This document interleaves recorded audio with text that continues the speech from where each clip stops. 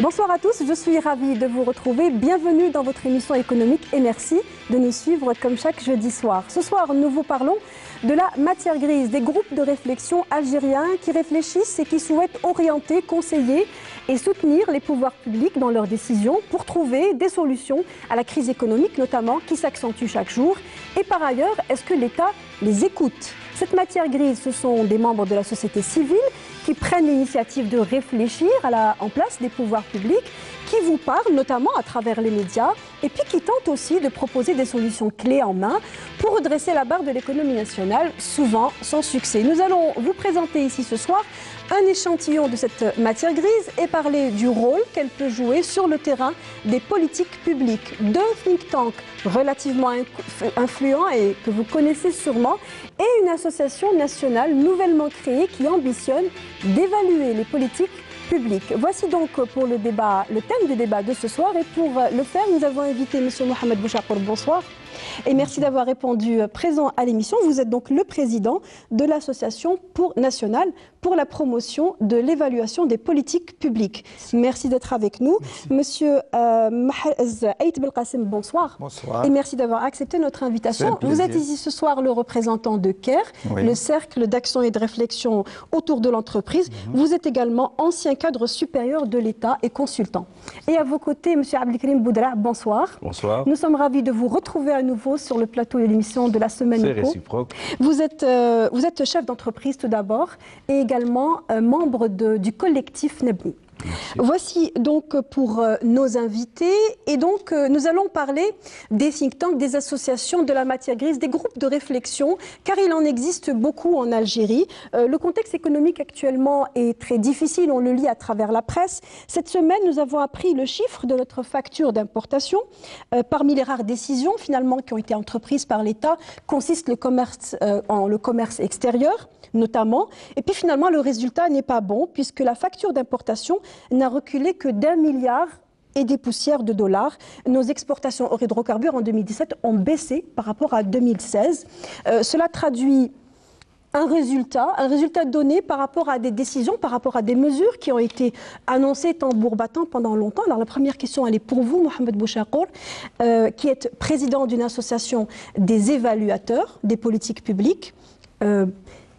Ce n'est qu'un exemple, le commerce extérieur, mais si votre association existait depuis longtemps, est-ce que vous auriez pu endiguer cette situation, ou en tout cas ce résultat, par exemple? Tout d'abord, merci pour votre invitation. Je dois tout de suite préciser que l'association que je préside ne pratique pas l'évaluation. Sa mission est plutôt tournée vers la promotion de l'évaluation. Nous ne faisons pas d'évaluation nous-mêmes, mais nous allons nous attacher à promouvoir cette fonction. C'est-à-dire faire en sorte qu'il existe des évaluateurs de politique publique. Oui, c'est beaucoup plus large que ça. Cette mission d'évaluation est beaucoup plus large que ça. Si vous voulez, on en parlera tout à l'heure ou tout de suite. C'est comme vous voulez. Aujourd'hui, c'est une association qui ambitionne de former, c'est ça, notamment des évaluateurs. Voilà. Alors, c'est une association qui a été agréée au mois de novembre 2017. Le dossier a été déposé au mois de juin 2016, après une assemblée générale constitutive. Et bien sûr, il a fallu faire tout un plaidoyer pour expliquer l'utilité de cette association. Nous avons été appuyés et soutenus par le programme des Nations Unies pour le développement, avec un accord très appuyé du ministère des Affaires étrangères. Si vous voulez, on pourra ouvrir une parenthèse pour dire pourquoi le ministère des Affaires étrangères. Et donc, très vite, l'idée a fait son chemin, le plaidoyer a réussi, nous avons eu notre agrément, et aujourd'hui, nous avons quelque chose comme une centaine de personnes qui gravitent autour de cette association. Nous avons tenu notre assemblée générale ordinaire, la première la semaine dernière, et nous avons arrêté un programme de travail pour 2018 pour lancer ce travail de promotion de l'évaluation des politiques publiques, mais aussi c'est lié à l'évaluation des objectifs de développement durable.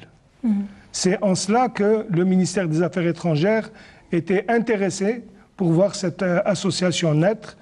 Et donc, ces objectifs de développement durable, il y en a 17 qui ont été décidés par les Nations Unies en septembre 2015.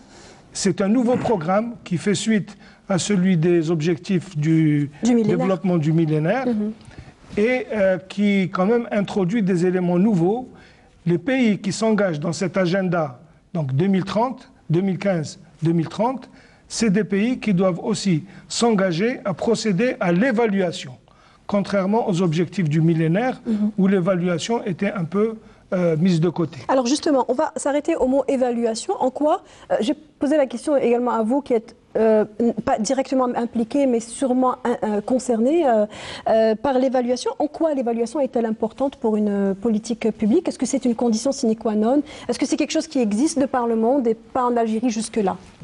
Allez-y, monsieur Aïd Belkacem. Oui, c'est quelque chose qui existe. Et d'abord, je dois vous dire que personnellement, je suis très content que l'association des évaluateurs ait été créée parce que c'est quelque chose d'essentiel pour un pays qui souhaite mettre en place et renforcer et consolider les institutions d'une façon générale. Oui, ça existe ailleurs, ça existe depuis à peu près 70 ans de manière institutionnelle. Tout le monde fait de l'évaluation, on a toujours fait de l'évaluation, mais un peu comme M. Jourdain, sans le savoir. Aux États-Unis, ça fait un peu plus de 70 ans que ça existe de manière institutionnelle. Au Canada, ça fait à peu près 50 ans. En France, ça ne fait que 20 ans. Et puis chez nous, il y a eu quelques expériences, en fait, parce qu'il faut comprendre que l'évaluation, elle est faite. Elle doit être institutionnelle. C'est pas la société. La société civile doit être associée à des démarches d'évaluation, mais c'est pas elle qui fait. Elle peut être un vivier aussi. Elle est le plus souvent un vivier, et c'est pour ça que l'appellation association de promotion de l'évaluation, eh bien, ce n'est pas par hasard que la militance autour de ça, c'est de promouvoir. Le gouvernement, les pouvoirs publics doivent promouvoir cela. Alors, qu'est-ce que permet justement l'évaluation? Alors, vous savez, d'abord, il faut introduire un certain nombre de normes, un certain nombre de méthodologies scientifiques, de neutralité dans la démarche, et puis qui permet éventuellement de réfléchir à faire des politiques publiques. Dans les politiques publiques, moi je préfère la formulation des Québécois qui parlent d'évaluation des programmes publics pour éviter éventuellement la connotation, parce qu'en français, nous parlons français. En français, la connotation, en anglais, ça ne pose pas de problème. Oui, mais nous, les Algériens, on a aussi du mal à s'associer à Québécois, Britanniques, Anglais, Français. On rentre dans un autre délire. C'est très juste. Donc l'évaluation permet d'aiguiller finalement. Vous avez, d'après les démarches, vous avez ce qu'on appelle les évaluations ex post, c'est-à-dire qu'avant qu'il y ait un gros programme, on commence à réfléchir les objectifs, qu'est-ce qu'il faut comme moyen, etc. Ex ante. J'ai dit ex post. Hein. Oui, ex ante.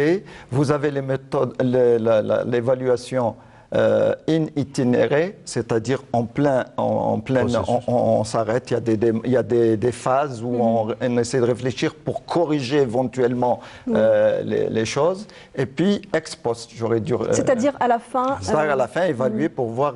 Et à quoi ça sert? Je vais vous dire une chose. Très souvent, nous entendons, à cause de l'absence d'évaluation, on arrête un programme sans l'évaluer. On ne sait pas ce qu'il a coûté, on ne sait pas où on s'est trompé, on ne sait pas ce qu'il a coûté. Et donc, c'est dramatique. Il y a quand même une déperdition de temps, souvent une déperdition d'argent. D'abord, déperdition d'argent. Quand on parle de programmes, ce sont des programmes, c'est de la politique aussi, puisque ça émane d'un gouvernement. Donc, ces programmes d'un gouvernement, c'est sectoriel. Souvent, ce sont des projets de développement, d'équipement. En quoi ça consiste concrètement? C'est des projets de développement, c'est des investissements publics, c'est donc des moyens qui sont mis en place par les pouvoirs publics pour répondre aux exigences de la population qu'on gère, donc d'une façon générale. Mais si si une décision peut être politiquement acceptable, elle peut être dispendieuse, très coûteuse ou complètement à côté de la plaque, si vous me permettez l'expression, parce que nous n'avons pas les outils pour évaluer. Aujourd'hui, je vais dire quelque chose peut-être qui, dans les cafés, etc., on dit souvent, ben voilà, l'autoroute Est-Ouest a coûté plus cher qu'il ne faut. Qu'est-ce qu'on en sait? Il n'y a aucune évaluation. C'est peut-être vrai, mais c'est possible que ce soit faux, parce qu'il n'y a pas eu d'études qui permettent justement, les discussions de café, et peut-être même ailleurs, dans des endroits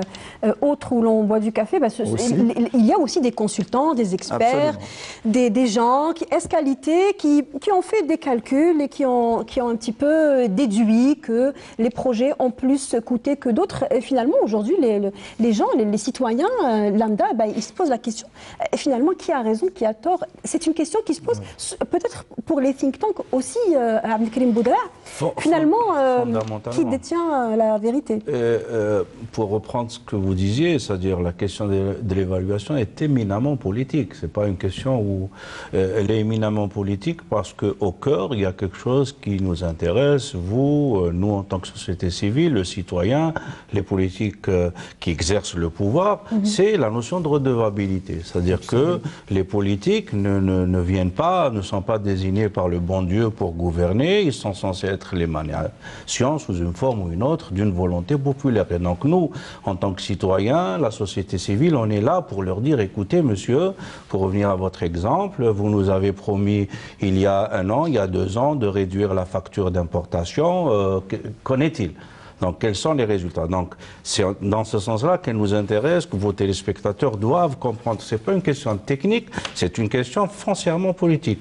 Il y a des dépenses qui se font au nom des citoyens et les gens doivent nous dire qu'est-ce qu'ils ont fait. Donc, ça, c'est le point de départ.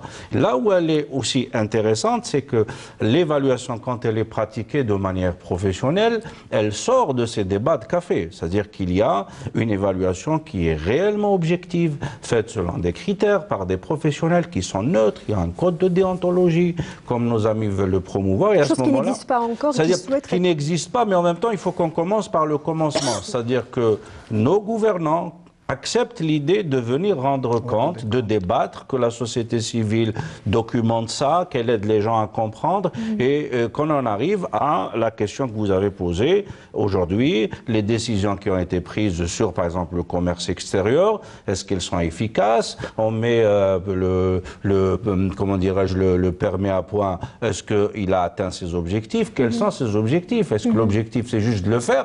Si on a fait 100 000 logements ou 1 million de logements ou X kilomètres d'autoroute ou X écoles, pourquoi? Parce que la question des politiques, on peut parler un peu plus techniquement, elle va au-delà, elle va du résultat. Ce qui nous intéresse, c'est pas que vous installiez des radars. Ce qui nous intéresse, c'est que vous réduisiez le taux d'accidents dans les routes.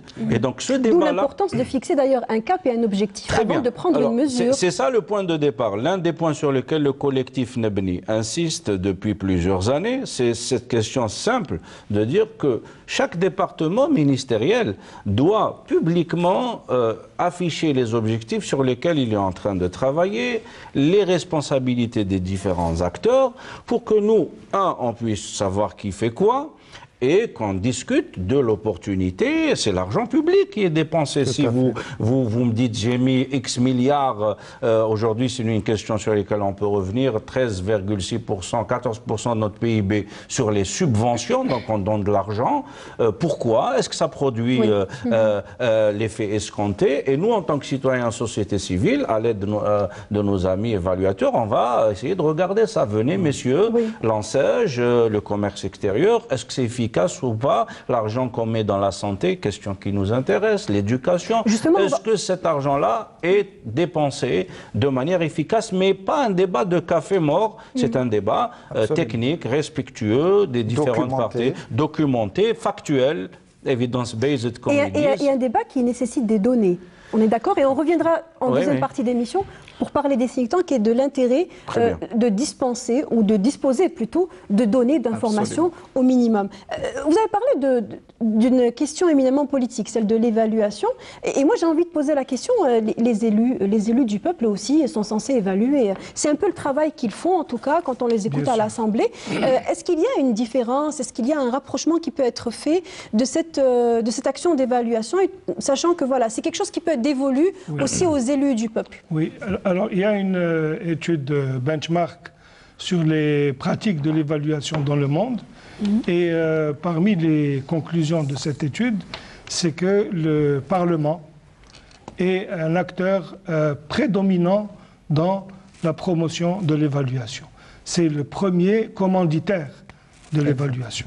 Vous parlez de manière générale. Oui, dans les pays, non, ce n'est pas de manière générale, c'est dans les pays où la pratique de l'évaluation est développée. Les bonnes pratiques montrent que le Parlement est une locomotive, une des locomotives aux côtés, bien sûr, de l'exécutif et puis des ONG qui peuvent aussi faire des évaluations. Si vous permettez, je vais juste revenir pour compléter ce que disaient Mahrez et Abdelkarim. L'évaluation, en fait, c'est répondre à 5 questions. Quand on a une politique publique au sens générique, ça peut être un programme, un projet, une mesure, une action, une dépense, une initiative quelconque. D'ailleurs, que ce soit au niveau macro, quand c'est politique publique, ou au niveau micro. Même une entreprise qui met un budget pour le marketing, elle doit l'évaluer en termes d'impact sur son chiffre d'affaires, sur l'élargissement de secteur. Donc, à tous les niveaux, l'évaluation doit répondre en fait à 5 questions. Pour simplifier, il s'agit de savoir si la mesure ou l'action qui a été prise est pertinente par rapport au problème. Est-ce qu'on ne s'est pas attaqué en fait à l'effet du problème? Donc, on a dès le départ donc mal ciblé le projet ou la mesure. La pertinence. Ensuite, il faut vérifier la cohérence de ce qui est envisagé comme activité pour résoudre le problème. La cohérence aussi bien interne, parce qu'on peut aussi dans un projet faire une chose et son contraire. Il peut y avoir des confusions à l'intérieur du projet. Cette cohérence, elle est absolument importante, il faut la vérifier, c'est le travail des évaluateurs. Ensuite, est-ce que cette action ou cette politique publique a atteint son objectif? Le résultat, est-ce qu'il a permis de résoudre le problème? Ça, c'est le fruit du suivi. Ça, c'est le problème de l'évaluation. Bien sûr, tout au long du processus, il y a un travail de suivi pour enregistrer les données qui vont permettre de procéder à l'évaluation. Parce que si on avance sans faire de suivi, au moment de faire l'évaluation, nous n'avons rien dans la main pour évaluer. Donc l'efficacité, c'est Donc la pertinence, la cohérence, l'efficacité. Est-ce que nous avons résolu le problème? Quatrième point. Et l'efficience, est-ce que nous l'avons fait dans les meilleures conditions de coût, de délai et de qualité? D'accord. Et le dernier point, c'est bien sûr la durabilité, parce que parfois on a atteint l'objectif, on a résolu le problème, mais tout de suite les effets s'évaporent. Ce n'est pas durable. Est-ce qu'au niveau des institutions de l'État, lorsqu'on parle de projets, il y a sûrement des structures qui sont en charge de vérifier, avant d'entamer un projet, de dire, voilà, est-ce que c'est pertinent, est-ce que c'est le bon moment, est-ce qu'il est en adéquation avec ce qu'on a fait ou ce qu'on est en train de faire ou ce qu'on projette de faire? Ça, ce sont des aspects qui sont pris en considération ou pas chez nous aujourd'hui? Enfin, on sait qu'il y a une caisse nationale pour les équipements, développement des équipements, des grands équipements qui a été mise en place au niveau du ministère de l'Intérieur et qui est, oui, le CNED, je crois. Ils sont censés donc évaluer ex ante les grands projets d'infrastructures notamment pour savoir quels sont les coûts, est-ce que nous avons bien ciblé les coûts, est-ce que le projet est bien maîtrisé pour qu'il n'y ait pas les dérives en termes de surcoût et de planning, de réalisation, et qui est chargé aussi d'évaluer ex post par la suite, une fois qu'on a atteint qu'on a réalisé l'ouvrage, qu'est-ce qu'on a obtenu comme résultat? Il y a le CNED qui, je pense, dépend du ministère des Finances. Exactement. Mais il y a aussi la Cour des comptes, il y a aussi l'IGF. qui eux sont des structures qui sont censées contrôler, compter vraiment et avec pertinence, savoir mettre où mettre l'argent de l'État. Cour des comptes IGF font des contrôles de compliance, de conformité, c'est-à-dire c'est les gens qui vont venir voir est-ce que ça a été fait conformément à la loi ou pas. La politique de l'évaluation, elle est beaucoup plus stratégique et beaucoup plus large. C'est cette idée de réfléchir sur le fait qu'on est en train de faire des programmes, donc de dépenser de l'argent public. Est-ce que ça produit ses effets? Si on prend un exemple, pour reprendre les termes qu'a utilisé Mohamed, l'État a décidé de construire plusieurs centaines de milliers de logements, 1 million de logements. Si on avait des pratiques de politique publique, le premier des débats, c'est est-ce qu'on a besoin d'1 million de logements? Est-ce qu'on a besoin de donner du logement? C'est-à-dire de dire aux gens, venez, vous avez un logement social majoritairement ou partiellement donné. S'il y a un débat, s'il y a des parlementaires qui rendent des comptes, probablement... Est-ce qu'il y a d'autres priorités? Bien sûr, parce qu'il y a des arbitrages. Mais cette idée de dire, est-ce que c'est quelque chose qui est pertinent? Est-ce qu'on ne devrait pas plutôt promouvoir d'autres formes, la location, des crédits, etc., pour loger les gens, pas leur donner une partie de la rente? Après, on peut raisonner en termes de complémentarité. Est-ce que l'idée de dire je décide de construire 1 million de logements, est-ce que j'ai les secteurs qui peuvent prendre ça en termes d'études, en termes de construction, de matériaux de construction? Donc si on avait le deuxième critère, il nous montrerait que la faisabilité. Si on avait le troisième critère qui est celui de l'efficience, à quel coût on construit, est-ce que c'est cohérent par rapport aux autres politiques publiques, par exemple en termes d'efficacité énergétique? Et enfin, la question de la durabilité, c'est de dire est-ce que ces programmes de logement sont en train de réduire l'habitat précaire? Nous sommes en train de réduire la problématique comment dirais-je, de l'habitat, c'est-à-dire comment les gens vivent. Aujourd'hui, on a probablement un taux qui va se rapprocher probablement des 20-25% de logements sociaux inoccupés.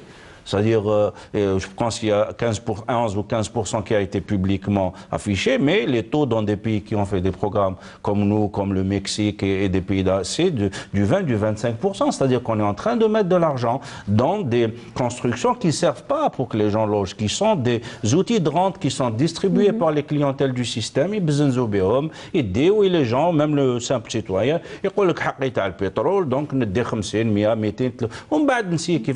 donc c'est ça, et nous, si on raisonne à l'échelle d'un État, on ne peut pas faire ça, on ne peut pas dépenser des milliards de dollars pour ensuite revenir à ce que vous disiez tout à l'heure, ça ne sert à rien. On n'a pas réglé le problème. Et on ne pourra plus le faire et on ne pourra pas entretenir les coûts de maintenance du logement de mauvaise qualité est terrible dans beaucoup de pays, ils sont en train de fermer carrément. Parce que et surtout à un moment où les finances publiques sont complètement tendues, on n'a plus d'argent pour pouvoir investir dans des domaines qui créent de la croissance, comme l'industrie par exemple. Des pays où ils ont, pardon Mahrez, c'est-à-dire l'Allemagne, il ne manque pas de ressources, mais si vous voyez comment leur Bundestag et leur gouvernement, comment ils chipotent sur le moindre euro à dépenser, c'est pas parce qu'on a de l'argent qu'on dépense l'argent des gens. On n'a plus d'argent maintenant. De toute façon, maintenant, la question ne se pose plus. Oui, mais vous posez peut-être aussi la question de la pertinence ou de l'efficacité des élus. C'est un peu ce que vous remettez en cause. La question se pose différemment maintenant. Parce qu'il n'y a plus d'argent, parce qu'il y a des mesures douloureuses qui vont être prises et qui doivent être prises si on veut assurer la cohérence de notre économie, eh bien, c'est le moment ou jamais de crédibiliser l'action de l'État en promouvant la redevabilité dont parlait Abdelkrim, et qu'on puisse dire, voilà, qu'on puisse rendre des comptes, bien sûr, au Parlement et rendre des comptes aux citoyens, que les citoyens arrêtent de fantasmer parce qu'il y a des informations, des études documentées, réalisées par des gens crédibles, et donc qui permettent de dire oui, ça on est obligé de faire ça parce que ceci, cela. Laissez-moi juste parler à la place des citoyens qui fantasment selon vous. On est d'accord pour dire que ces mêmes citoyens, ils vont dire comme... aussi. Oui, on est tous citoyens. Non, mais ce que vous disiez, Abdelkrim Boudra, les citoyens vont aussi dire oui, mais alors pourquoi au moment où on avait de l'argent, on l'a mis là où il ne fallait pas? Le citoyen est toujours redevable. Il est le premier à être redevable vis-à-vis des politiques publiques. La question que je voudrais... Il doit exercer son droit de demander des comptes. compte. C'est-à-dire s'il se laisse faire et s'il n'active pas, s'il ne participe pas à la société civile. Mais il faut aussi ne pas se cacher derrière son petit doigt par rapport à la question des élus. Les élus chez nous n'ont pas le poids qu'ils ont dans d'autres pays et que les gens qui exercent souvent le pouvoir, n'étant pas des élus, ne se sentent pas obligés de rendre compte. C'est ça la réalité. Il ne faut pas que les gens se disent que les élus, effectivement, ils ont un rôle, il faut qu'ils l'assument, mais nous sommes dans un pays où celui qui exerce le pouvoir le détient parce qu'il a été désigné à son poste. Il faut que on va améliorer le rôle des élus, mais c'est pas du jour au lendemain qu'on deviendra un pays où l'élu va devenir le moteur. Donc il faut que les gens qui sont désignés, on n'est pas en train de discuter leur désignation, mais qu'ils rendent compte eux aussi, parce que c'est l'argent public. Qu'ils fassent le travail pour lequel ils sont payés. Pardon, une question par rapport à la faisabilité de cette évaluation. Aujourd'hui, en Algérie, on le sait depuis longtemps, la sphère du service public est complètement amalgamée avec la sphère économique. C'est-à-dire que on peut discuter un projet éminemment économique, mais il est intimement lié comment dire, à des priorités de service public. On parlait du logement, il y a un tas d'autres secteurs. Est-ce que l'évaluation ne risque pas d'être difficile à faire dans cette configuration qui est la nôtre? Bon, il faut dire qu'actuellement, la pratique de l'évaluation se fait dans les institutions, donc sectorielles et encore plus territoriales, de manière très partielle, très approximative, très fragmentaire, très dispersée, et souvent c'est assimilé à un bilan d'exécution physique et financier. Il y avait de l'argent pour faire ceci et cela, prévision, réalisation, écart, et ensuite on trouve les commentaires et les constats et les commentaires partagés.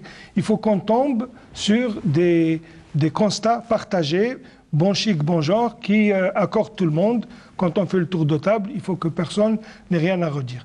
Très souvent, c'est ça. Pour caricaturer, c'est ça. Or, l'évaluation, selon les règles de l'art, c'est une démarche telle que je l'ai citée tout à l'heure, et ça s'enchaîne comme un exercice de karaté. Pertinence, cohérence, efficacité, efficience, durabilité. Vous voulez dire que c'est le même modèle qui va s'appliquer sur une entreprise privée que sur une entreprise d'État? C'est le modèle standard. C'est un modèle standard qui balaye tous les aspects. Ça a l'air simple, mais ensuite il y a les problèmes de méthodologie qu'il faut donc développer. Il y a des guides, il y a des méthodes qu'il faut développer, qu'il faut adapter. Mais il y a aussi le grand problème des sources d'information. Et donc là, l'ONS a un très grand rôle à jouer pour mettre en place des sources d'information qui permettent de faire remonter cette information. Pour en revenir à la crise l'ONS serait, excusez-moi, un acteur majeur. Si des évaluateurs en venaient à voir le jour grâce à votre association, leur seule source d'information. Mais la seule source d'information serait l'ONS? C'est l'ONS, principalement l'ONS. Vous risquez d'avoir principalement l'ONS. Et si il y a d'autres sources, c'est l'ONS, le chef d'orchestre pour le système national d'information. Quand on dit qu'il y a le programme 2030 avec 17 objectifs de développement durable qui couvrent tous les aspects environnementaux, sociaux, le genre, la création d'emplois, tous les aspects du développement durable, qui sont déclinés, ces 17 objectifs, en 169 sous-objectifs. Et pour chaque sous-objectif, il y a des indicateurs qui sont très précis. Nous avons une batterie de quelque chose qui dépasse 240 indicateurs. Il faut les alimenter par des sources d'information. Et donc l'ONS a un très grand rôle à jouer, c'est ça le défi. Alors pour la crise actuelle, moi je répète, chaque fois que j'ai l'occasion, je répète cette devise, on devrait d'ailleurs la mettre comme devise de l'association. Aujourd'hui, comment faire plus, mieux, moins cher et plus vite? Et la résolution de cette équation passe, à mon avis, par l'évaluation, l'institutionnalisation de l'évaluation et mettre l'évaluation au cœur de la gouvernance parce que c'est par ce... Est-ce que vous pensez que les pouvoirs publics sont réceptifs? Ah, je ne sais pas, ça il faut leur demander, mais nous on va tout faire pour qu'ils le soient. C'est le but de l'association, faire ce plaidoyer pour créer les conditions afin que cette pratique de l'évaluation soit institutionnalisée et qu'elle soit enraciné réellement dans les pratiques dans le cadre d'une loi qui doit être promulguée et qui met en place qui fait quoi, comment, à quel moment, le rôle du Parlement, le rôle du CNES, qui est le principal, disons, point focal pour l'évaluation. D'après la Constitution de 2016, le CNES a été désigné comme étant en charge de l'évaluation. Parmi les données, encore une question avant de parler des think tanks, parmi les données, vous avez parlé de l'ONS, mais il y a également la donnée qui consiste en le bilan d'un gouvernement qui censé être donné à l'issue de chaque exercice. Est-ce que c'est quelque chose qui est demandé, qui est nécessaire, Ça, c'est le rôle du Parlement. Mais vous, en tant que... J'ai précisé, nous ne faisons pas d'évaluation. Oui. En quoi consiste la promotion de l'évaluation? Elle consiste en 2 grands axes. Nous allons faire un plaidoyer pour que la pratique de l'évaluation soit institutionnalisée et non pas dispersée comme ça. Le CNES fait un peu, l'IGF fait un peu, la Cour des comptes, elle ne fait pas. Qu'il y ait un organisme... Voilà, que ce soit cadré dans un dispositif qui est défini par une loi. Et donc, avec tous les... Bien sûr, ce n'est pas une loi seulement qui va régler les problèmes, c'est tous les textes d'application. Ça va être un peu, peut-être, ça va prendre du temps, mais il faut aller dans cette direction. Je pense qu'on a compris l'idée, on reviendra sûrement... C'est le plaidoyer, et une fois qu'on aura obtenu cette institutionnalisation dans le cadre d'une loi, il faudra aller à l'action. Et donc, le deuxième volet de notre action, c'est le renforcement des capacités par la formation, aussi bien la formation des prestataires, on doit en former. Aujourd'hui, il y a une pénurie, c'est tous des gens âgés, il y en a quelques-uns, ils ne veulent plus travailler. Vous parlez des évaluateurs? Oui, il n'y en a plus. Aujourd'hui, quand on veut faire, même les institutions internationales, PNUD, GIZ et autres, quand ils veulent faire des évaluations, ils ne trouvent pas. Donc il faut former. Donc former des évaluateurs certifiés. Former des évaluateurs, donc les prestataires, et former aussi les commanditaires, parce que c'est aussi un acteur qui doit être actif. Ce n'est pas seulement donner une commande, c'est rédiger les termes de référence, superviser, savoir apprécier la qualité d'un rapport d'évaluation, savoir quoi faire avec les conclusions, comment les transformer en nouvelles prises de décision pour le futur, et ainsi de suite. On va revenir encore sur la question de l'évaluation et de la promotion de l'évaluation, chose pour laquelle vous œuvrez dans votre association. Nous vous parlons ce soir de groupes de réflexion, associations, think tank, consultants, on peut l'appeler de différentes façons. Ce sont en tout cas des minorités actives qui réfléchissent au devenir d'une Algérie développée où l'on vit mieux, tout simplement, puisque l'économie est partout, la politique aussi, et les deux, quand ça se passe bien, eh bien les Algériens peuvent avoir une vie meilleure et plus paisible. Les think tanks en sont un exemple. Je vous propose, avant de rentrer plus en détail dans ce que sont les think tanks en Algérie, une définition de ce concept qui est apparu aux États-Unis. Je propose de suivre ce commentaire explicatif de ce que sont les think tanks, réalisé par Nabil Kitouni. On revient tout de suite après pour le débat. Parmi les sources d'inspiration pour les gouvernements du monde dans leur gestion des politiques publiques, des organismes dénommés think tanks. Le think tank est un concept américain paru aux États-Unis à l'époque de la guerre froide. Le nom aurait été associé à l'époque à l'état-major qui s'abritait dans des sous-sols pour réfléchir à la stratégie à l'abri des obus. Aujourd'hui, le nom think tank est davantage associé à une boîte à pensée ou à un laboratoire à idées. Ils sont censés réfléchir et produire des idées, des solutions et des orientations pour inspirer des politiques mises en pratique. Faisant souvent les frais d'amalgame avec des partis politiques, des lobbies industriels intéressés ou encore des cercles idéologiques. Les think tanks ont bel et bien pour fonction essentielle produire des idées nouvelles et œuvrer à les transformer en force agissante de manière désintéressée. Ces enseignants universitaires, consultants, analystes produisent mais aussi marketent les idées en les proposant via les médias de la manière la plus synthétique. Avant tout cela, sont-ils écoutés par ceux qui font la décision? De par le monde, oui, puisqu'aux États-Unis, les think tanks ont inspiré des projets de loi. En France, ils inspirent des mouvements politiques selon qu'ils soient de gauche ou de droite. En Algérie, leur impact sur les politiques publiques est très relatif. Les think tanks algériens produisent des idées, mais ont tendance à se faire assez discrets.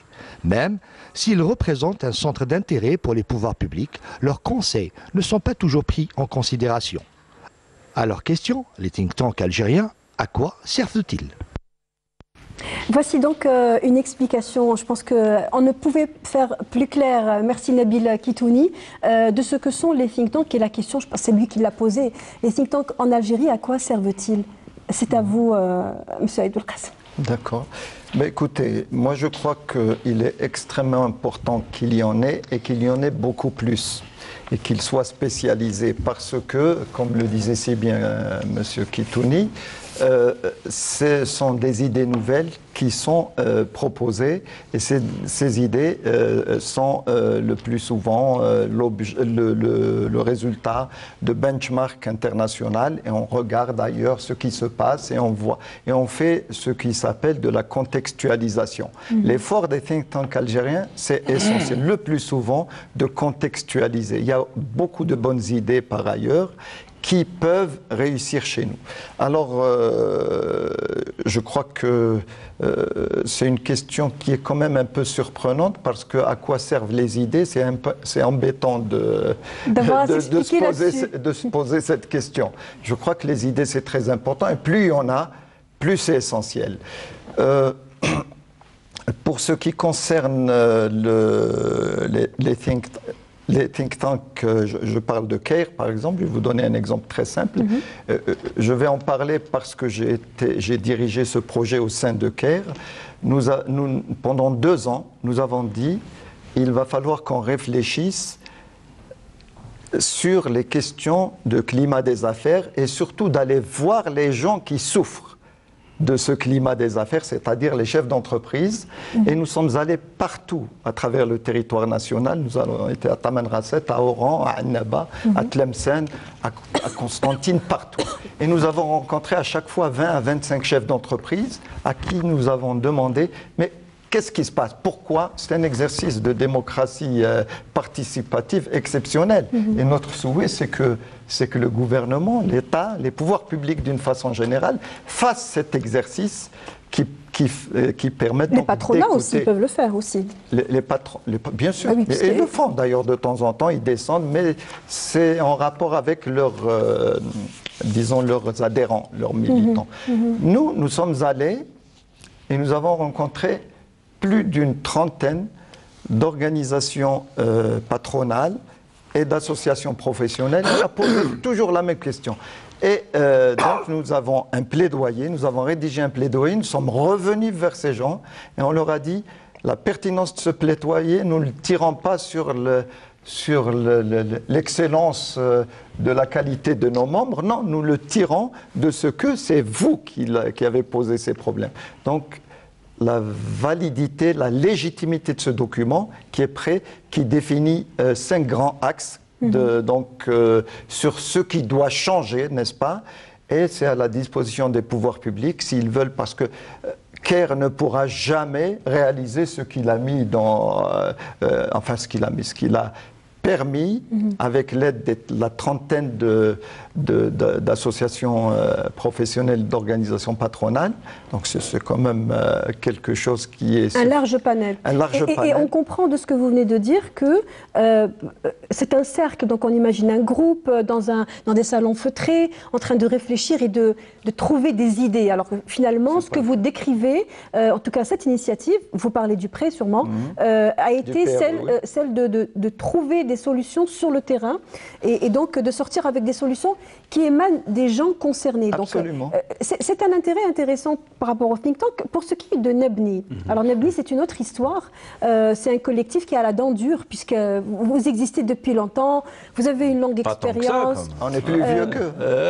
Mais en tout cas peut-être plus en avant dans les médias, vous vous êtes mis en tout cas à une certaine période plus en avant dans les médias. La question je vous la pose de la même manière, à quoi aujourd'hui vous servez, sachant que voilà, on est passé par des moments où Nebni a donné beaucoup de conseils, elle a parlé d'un iceberg, elle a donné les lignes directrices et puis finalement, on se retrouve là où on en est. Est-ce que vous y croyez encore ? Ah ben sinon, je ne serais pas là, mes amis ne seraient pas là où ils sont en train de travailler, de faire des propositions. Vous savez, nos personnes n'ont aucun intérêt. C'est-à-dire un think tank comme Nebnit, un think tank citoyen qui est composé d'Algériens résidents et de non-résidents, qui ont décidé de contribuer à quelque chose qui à leurs yeux, a un intérêt public. Donc, ça prendra le temps que ça prendra et ça aura les effets que ça aura. Donc, nous sommes là parce que nous croyons encore qu'on peut changer les choses pacifiquement, en mobilisant l'intelligence qu'il y a dans ce pays et en dehors de ce pays pour l'intérêt des Algériens. Les think tanks, il y en a plusieurs catégories. Leur mission principale, c'est de produire des idées. Donc, si un think tank produit des idées, c'est déjà une chose magnifique. Donc, si les gens pensent qu'on peut gouverner sans idées, c'est que c'est des gens qui sont dangereux, qu'il faut emprisonner. Donc, les think tanks vont les aider en leur proposant des façons de voir, donc en ramenant de l'expertise pour équilibrer ou pour compléter l'action de l'État. Donc, c'est des pays développés qui ont des capacités extraordinaires, font appel à des think tanks, c'est que ça a du sens. Donc, un think tank produit des idées, ramène de l'expertise. Alors, si c'est un think tank citoyen comme le Beni, il fait du plaidoyer, il fait de l'intérêt public, il ne défend pas des intérêts particuliers, il ne fait pas du lobbying. Donc un parti politique ou même une association patronale peut avoir son think tank, mais à ce moment-là, il produit des idées qui vont servir à défendre des intérêts particuliers. Donc le patronat fasse ce qu'il a à faire, il est dans son rôle, ou le syndicat, mais ils ont des intérêts. Nous, en tant que Nebni, nous œuvrons pour l'intérêt de tous les Algériens, c'est-à-dire y compris ces gens-là, mais pas que pour eux, ni pour l'État uniquement. Donc c'est ça le rôle, l'équilibre difficile. Maintenant, il y a très peu de think tanks en Algérie. Il est d'autant difficile à garder lorsqu'on n'est pas écouté. On est d'accord. À un moment donné, est-ce que sur la longueur de l'expérience, de votre expérience de vie, vous dites qu'elle n'est pas si longue, alors tout est relatif, mais est-ce qu'à un moment donné, vous n'avez pas ressenti le besoin de changer de méthode? Oui, celui qui croit être arrivé ou ne pas être arrivé ne voulait pas aller très loin. C'est-à-dire, nous sommes là pour faire ce que nous pouvons faire. Nous ne sommes pas des élus, nous n'avons de compte à rendre à personne qu'à nos membres et on fait ce qu'on peut. Est-ce qu'on en a fait beaucoup? Nebni a proposé 300 ou 350 idées, beaucoup sont très documentées, sont disponibles sur le site nebni.org. Est-ce que nous sommes écoutés? C'est une question qui ne nous intéresse pas particulièrement, c'est-à-dire est-ce que les idées que nous avons proposées et que d'autres ont proposées également sont mises en application? Non. Nous ne sommes pas en train de réformer comme il se doit, nous ne sommes pas en train d'avoir les politiques publiques et les effets sont là. C'est-à-dire toutes les questions que nous avons proposé dès 2011, ces scénarios catastrophes sur le siphonnage du fonds de régulation de recettes, ne serait-ce que ça. On l'avait prévu et documenté, rendu public, les informations sont là. Donc si les gens viennent essayer de trouver des subterfuges, nous, on ne peut pas discuter sur cette base-là. C'est quelque chose qui ne nous intéresse pas. Non, personne ne vous a trouvé de subterfuge pour l'instant. Ce sont des questions que nous posons. Oui, non, pas vous. Non. C'est-à-dire les gens qui doivent rendre des comptes, c'est pas nous qui rendons des comptes. Oui. Ce sont ceux qui étaient au gouvernement en 2011, 2012, 2013 et qui pensaient que cette rente était éternelle et qui certains le pensent toujours parce que attention, c'est-à-dire les gens pensent que le baril il va remonter et en gros c'est ça le problème, c'est ce que vous disiez comme question. Si on analyse la réalité des politiques publiques, c'est des politiques en attente de remonter du cours du baril et c'est là où on a un désaccord fondamental.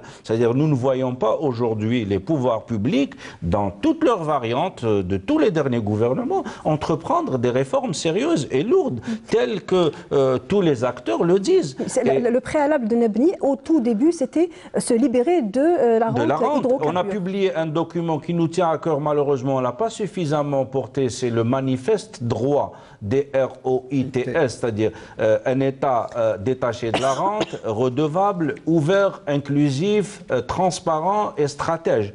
Le manifeste droit, on invite tous les téléspectateurs à le regarder sur le le site nebni.org, il trace un cap. C'est-à-dire, si on n'a pas un détachement sérieux de la rente, si on ne rend pas des comptes, si on n'inclut pas les acteurs, société civile, patronat, syndicats, citoyens, universités, on peut pas évoluer. Donc les think tanks, on n'en a pas beaucoup en Algérie. C'est malheureux. Moi, j'assiste à des événements internationaux sur les think tanks en Afrique, particulièrement. On est référencé par l'indice des think tanks mondiaux.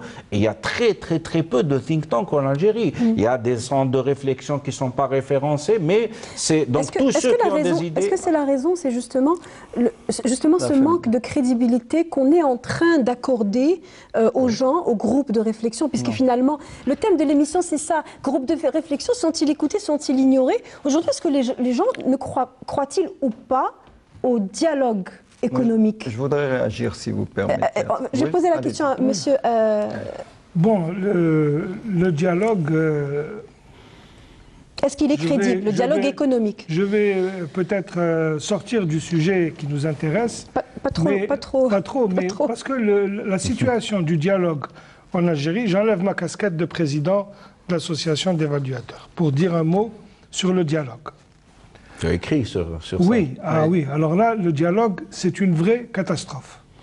Il y a ces réunions de tripartite et autres, quand il y a des grèves, aujourd'hui avec les résidents et tout ça, il y a des réunions et tout ça. Mais en fait, les dés sont pipés. Personnellement, j'ai eu à faire des études et à interviewer donc, toutes les parties sur les sujets qui concernent l'emploi ou autres. Et vous avez en fait des réponses qui sont absolument ahurissantes. C'est-à-dire, développez. Vous interviewez les travailleurs, les syndicats. Ils vous disent oui, nous sommes la dernière roue de la charrette. Le patronat, ce n'est pas des patronats, ce n'est pas des hommes d'affaires, c'est des affairistes. Hein? Le meilleur d'entre eux, son grand-père était un gueux comme nos grands-pères. Et depuis l'indépendance, ils se sont très vite enrichis. Oui. Selon vous, selon eux, illégitime, oui, c'est ça? Voilà, oui. Le gouvernement, ils sont préoccupés par l'utilisation de la rente, le recyclage de la rente. Vous interrogez des gens qui sont dans les institutions publiques. Là, je suis en train de vous restituer. Oui. C'est le dialogue. Vous interrogez les gens qui sont dans les institutions ministérielles et autres. Ils vous diront le patronat, c'est tous des fuites fiscales, évasion fiscale, surfacturation. C'est de la perception, ça. Oui, mais c'est comme ça que c'est perçu. Le dialogue ça veut pas dire que c'est vrai. Hein. Le dialogue part de ces perceptions. C'est intéressant. Donc vous restituez des propos à l'issue d'une enquête, hein, c'est bien ça? C'est des entretiens réels. Mais qu'est-ce que justement, quelle est l'essence que vous tirez de... Il y a une sorte de dichotomie finalement entre chaque acteur. C'est absolument effrayant. Les fonctionnaires des ministères, ils vous disent les travailleurs, c'est des assistés, ils ne veulent pas travailler, c'est l'absentéisme, etc. Et ainsi de suite. Alors, il y a un problème. C'est-à-dire que même quand il y a des réunions au niveau des tripartites pour résoudre les problèmes socio-économiques, c'est faussé par les perceptions que chacun a sur les autres et sur les intentions. Sur les intentions, en fait. Hein, sur les intentions et sur comme on dit, nia des autres. D'accord. Il y a une suspicion qui fait qu'aujourd'hui, il faudrait mener un dialogue sur le dialogue pour pouvoir clarifier sur quelle base on doit mener ce dialogue. Merci, M. Bouchakour. Moi, je voulais revenir au sujet, et notamment, il faut se garder d'attendre des think tanks ce qu'ils ne peuvent pas offrir. Le think tank ne peut fonctionner qu'il est là pour enrichir un fonctionnement institutionnel. Il est là pour proposer. Et puis, à travers mes lectures, j'ai constaté que même dans les think tanks les plus élaborés, les plus anciens, qui ont à l'étranger, qui ont des budgets assez importants, la même problématique se pose. Il se pose la question de savoir quel est leur impact sur la réalité. Alors moi je dis, la réalité c'est que quand on veut s'engager dans un think tank, il faut être extrêmement modeste parce qu'on ne voit pas souvent le résultat. Il n'est pas perceptible immédiatement. C'est de l'influence de long terme, n'est-ce pas? Il faut être patient, vous voulez dire? Il faut être très patient. Il faut être dans cette logique que nous n'aurons pas de résultats spectaculaires. Nous sommes en train de travailler sur le long terme. Et est-ce que vous avez le sentiment que, de par les idées que vous avez pu produire, vous avez à un moment donné pu influencer les politiques publiques, puisqu'on parle de ça? Alors, d'une façon générale, il y a quelque chose que personnellement je considère comme étant un acquis incontestable et surtout un préalable qui va nous permettre éventuellement d'influer, c'est que d'une façon générale, que ce soit Nebni, que ce soit Caire, nous avons une très bonne image auprès du public. Il suffit de regarder sur les... Vous précisez le public. Oui, donc, le public. Oui. Mais c'est important. À partir du moment où nous sommes considérés comme crédibles, comme des gens... Oui. Je me souviens... Oui, c'est important, mais auprès des décideurs... Alors, auprès des décideurs, je vais vous dire une chose. Un jour, nous n'avons fait aucun lobbying autour de ça, mais un jour, on nous a dit, venez assister à la tripartite. Je ne peux pas dire... Eh bien, à la tripartite, nous produisons des documents en rapport avec l'ordre du jour. C'est énorme pour nous, parce que jusqu'à présent, c'était une affaire de techniciens, on va dire. Trilatéral, entre gouvernement, patronat et donc syndicats. Là, on donne notre avis. Nebni produit des choses, Caire produit des choses, j'espère que... Comment ça s'appelle Evalpol. Eval DZ va produire, notamment lorsqu'on regarde la qualité de ses membres, etc. Eh bien, toute cette atmosphère ne va pas non plus avoir des résultats spectaculaires, mais il va y avoir des influences blaqal. Et juste, je veux terminer sur un point que je voulais soulever tout à l'heure, c'est que aujourd'hui, plus que jamais, les pouvoirs publics doivent se préoccuper de crédibiliser toute leur action par des évaluations solides, crédibles, pour pouvoir demander, parce que vous ne pouvez pas demander à votre population qui s'est habituée à l'opulence, on va lui dire, il faut serrer la ceinture. Et en même temps... Ils ne sont pas tous habitués à l'opulence, on est d'accord. Il y a quand même une catégorie qui est restée moyenne, on va dire. Certainement, mais je vais vous dire généraliser. Oui, c'est très juste. Je ne veux pas entrer dans ce débat. Je pense que l'idée est claire. Voilà, aujourd'hui, il est difficile, effectivement, d'expliquer aux gens qu'il va y avoir un changement et un changement qui risque d'être brutal. En même temps, il faut dire aux gens, que nous vous rendons des comptes concernant l'usage de l'argent public. Absolument, ça donne plus de crédibilité. C'est essentiel, c'est un passage obligatoire. On parle de résultats qui ne vont pas arriver rapidement. Hein. C'est pas du jour au lendemain, on propose une idée, puis l'idée est adoptée. On a parfois le sentiment que les think tanks, ils ne veulent pas trop se mettre en avant pour essayer justement de gagner la confiance des décideurs. Est-ce que c'est le cas ? Vous avez participé à une tripartite, peut-être deux. La tripartite a intégré la partie expert, donc en plus du patronat, du syndicat UGTA et du gouvernement. Est-ce que cette participation a permis d'établir ne serait-ce qu'une relation de confiance, puisque au final vous dites que les idées, elles n'ont pas été adoptées? Au sein de Nebni, en tout cas, on ne se lève pas le matin pour penser à la tripartite. Et donc, qu'on soit invité, on en a répondu à certaines et sur d'autres, on n'est pas parti. Donc, quand on a invité en bonne et due forme, on a contribué parce qu'on pensait que ça pouvait avoir du sens. Donc, la question, c'est est-ce que nous arrivons à produire des idées qui ont du sens? Ça, c'est la première des choses. En responsabilisant tous les acteurs, ça, c'est l'approche de Nebni. Les citoyens aussi sont concernés. Nous leur parlons, nous le faisons mal. Après, il ne faut pas faire une confusion de rôle. Nous, c'est une grande question. Nebni, beaucoup de gens nous disent soyez plus punchy. En gros, faites de la politique. c'est dit avec des mots plus ou moins déguisés. C'est pas notre job, nous ne savons pas le faire. Il y a d'autres qui savent le faire. Demandez-leur des comptes, demandez-leur de faire plus. Même si on s'amuserait peut-être à essayer d'en faire, c'est pas ce que nous savons faire. Nous avons de l'expertise, nous avons des gens qui veulent bien, gracieusement. Les travaux de Nebni sont publics et gracieux parce qu'il y a des experts qui donnent de temps experts pour la collectivité et qui pèsent rien. Des fois, l'État paye les mêmes études très très chères. Donc, s'il vous plaît, ne nous demandez pas plus. On ne sait pas faire. Peut-être qu'on aurait été tenté, mais on ne sait pas. Et on essaye de faire ce rôle qui n'est pas des moindres, celui de produire des idées et demander aux politiques des comptes. Donc maintenant, si vous voulez que nous, par exemple, l'un des premiers ministres, pas l'actuel, avant, ni celui d'avant, c'est les précédents, je ne vais pas citer, non, nous avait invités pour nous dire, faites-nous des propos avant qu'il y ait la task force. Il nous avait suggéré d'être une sorte de task force, on a refusé.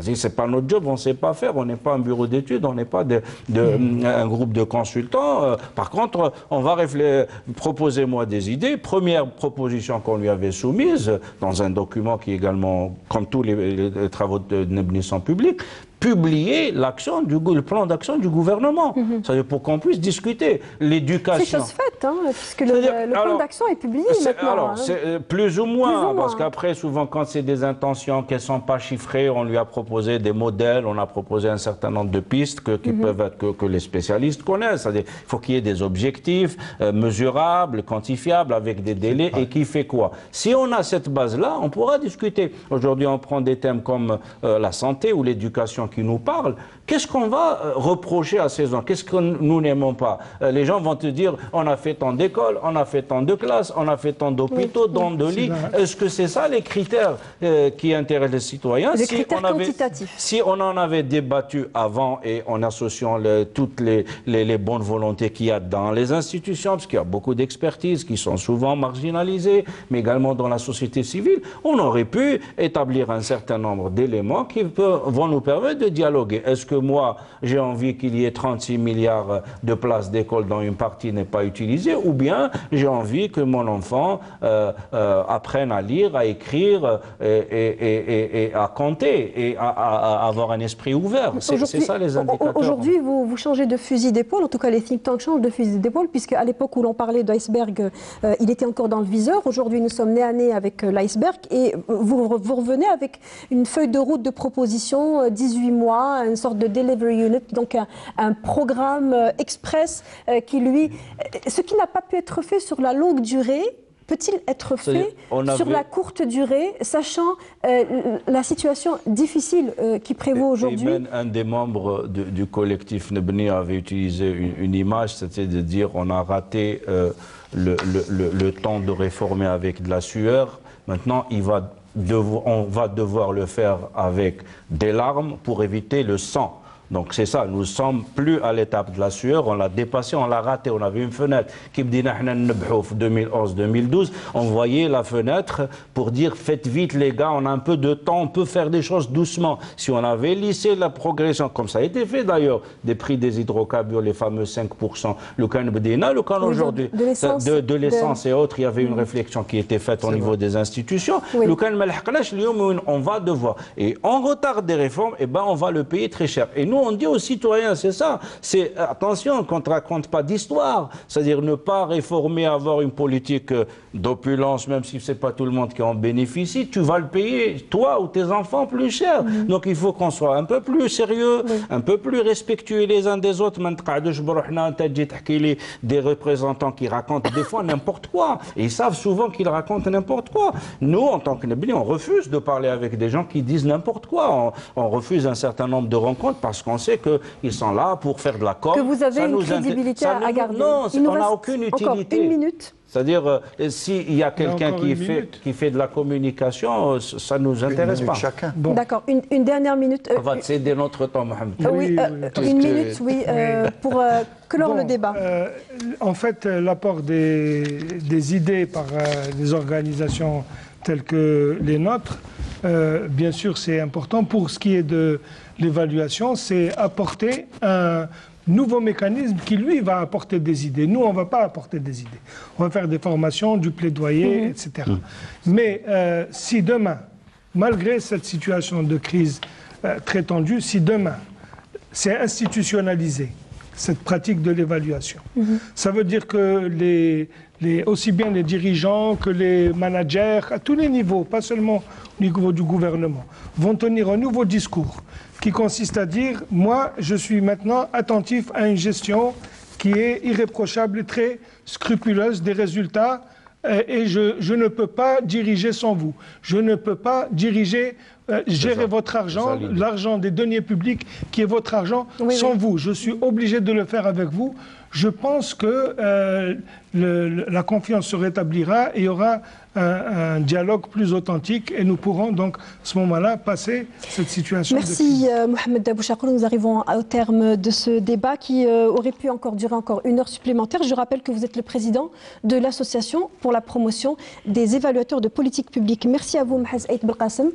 d'avoir participé à ce débat. Je rappelle que vous êtes membre du Cercle d'action et de réflexion autour de l'entreprise et ancien cadre supérieur de l'État. Merci à Abdelkarim Boudala, membre de Nebni et chef d'entreprise. Pour ceux qui ont pris l'émission en cours de route, vous pouvez voir le replay à partir de demain sur la page de l'émission de la semaine Écho. Sinon, pour ceux qui souhaiteraient la voir sur notre chaîne, eh bien c'est samedi entre 11h et midi. Merci de nous avoir suivis jusqu'au bout et merci de nous être fidèles. On se retrouve jeudi prochain pour une nouvelle thématique. Au revoir.